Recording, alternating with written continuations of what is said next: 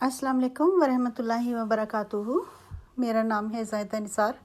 मेरा social media पर आने का एक मकसद है और वो मकसद ये है कि जैसा कि अहमदिया कल्ट में बहुत सारी ख़वातीन जो कि मेरी बहनें हैं, मेरी बेटियों की तरह भी हैं और कुछ मेरी ये माँ जैसी हैं, वो अंदर से कशमकश का शिकार हैं, ताकि इनको हिम्मत मिले और वो सोचें और वो इससे बाहर आ सकें। मैं चंद बातों का जिक्र करती हूँ।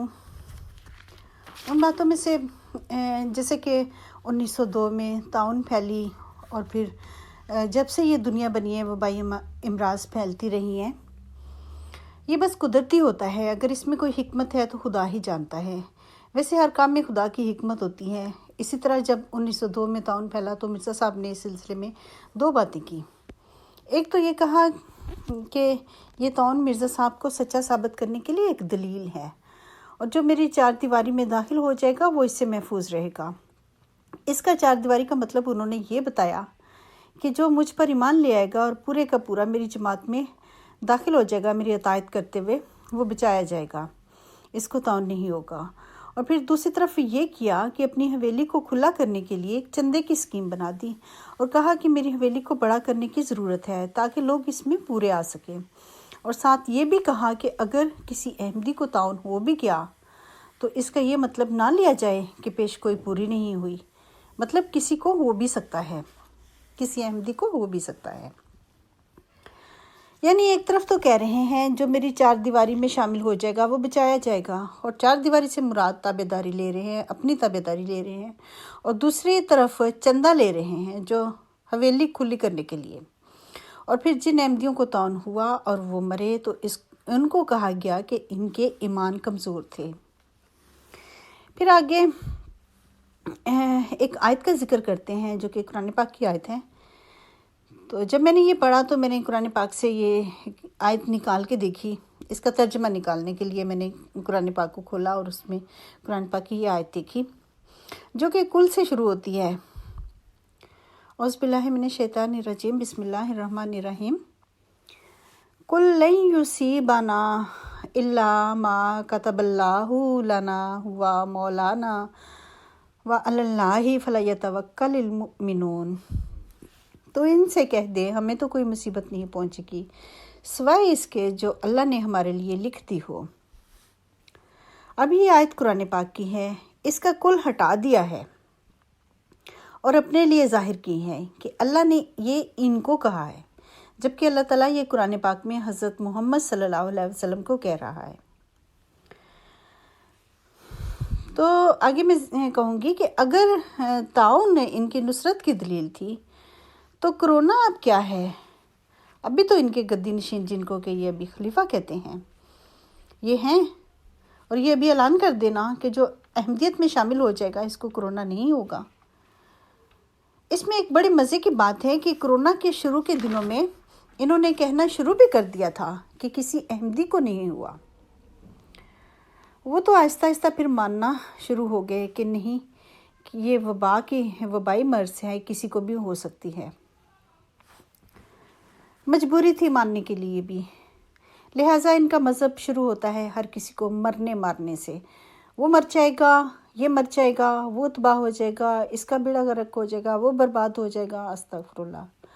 जबकि इस्लाम सलामती की तालीम देता है और इस्लाम का मतलब ही सलामती है।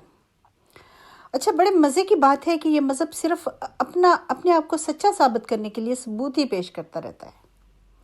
सारी किताबें जो भरी पड़ी हैं अपने आप को सच्चा साबित करने के लिए, इनकी जितनी भी किताबें सारी अपने आप को सच्चा साबित करने के लिए भरी पड़ी हैं।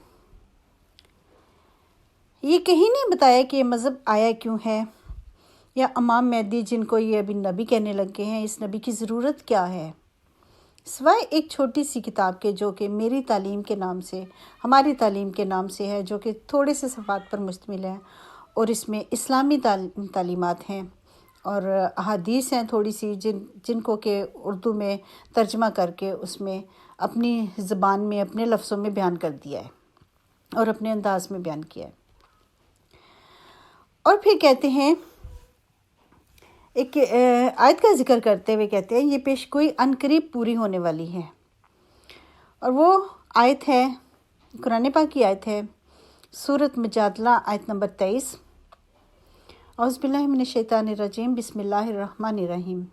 کتب اللہ لا اغلبن انا ورسلی۔ ترجمہ ہے اس کا، اللہ نے لکھ رکھا ہے کہ ضرور میں اور میرے رسول غالب آئیں گے۔ تو یہ سب آیات حضرت محمد صلی اللہ علیہ وآلہ وسلم پر اتری ہیں، مرزا صاحب پر نہیں۔ یہ اللہ تعالیٰ حضرت محمد صلی اللہ علیہ وآلہ وسلم سے فرما رہا ہے، آپ سے نہیں مرزا صاحب، آئی ایم سوری۔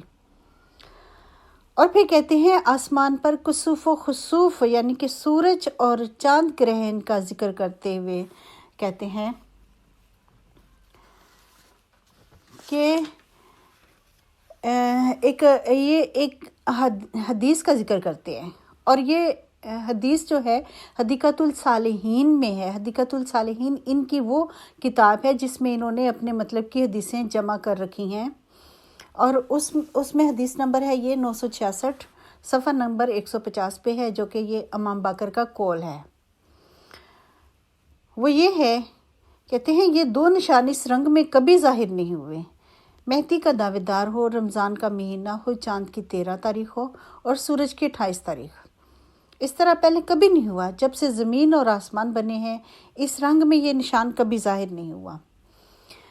تو اس سلسلے میں سید نوید نقوی جو کہ سابقہ قادیانی ہیں، انہوں نے اس نشان کی بھی تفصیل ہمارے سامنے کھول کے رکھ دی ہے، اور بتایا ہے کہ محمد جون پوری، جن کا نام سید محمد عبداللہ جو کہ مہدی جون پوری کے نام سے ہیں، جو کہ 9 ستمبر 1443 کو پیدا ہوئے اور 1505 میں انہوں نے وفات پائی۔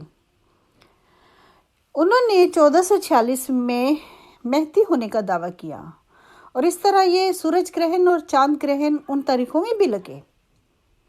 ان تاریخوں میں ناسا کی ویب سائٹ پر سے نکال کے انہوں نے دکھا دیا، جو کہ کوئی بھی گوگل میں سے جا کے دیکھ سکتا ہے۔ اور جو سید محمد عبداللہ جون پوری ہیں، ان کے پیروکار ابھی بھی دنیا میں موجود ہیں، اور ان کا دعویٰ بھی امام مہدی کا ہے، جو کہ تقریباً 500 سال پہلے سے ہیں۔ اب ایک منارۃ المسیح کی بات میں نے آپ لوگوں کو بتا دی، دوسرا تعاون کے بارے میں ذکر کیا، اور تیسرا کسوف و خسوف یعنی کہ چاند گرہن اور سورج گرہن کے بارے میں جو ان کی نشانی بتائی جاتی ہیں۔ یہ تینوں نشانیاں میں نے آپ کے اوپر واضح کر دیں کہ یہ تینوں نشانیاں ٹھیک نہیں ہیں۔ اللہ حافظ۔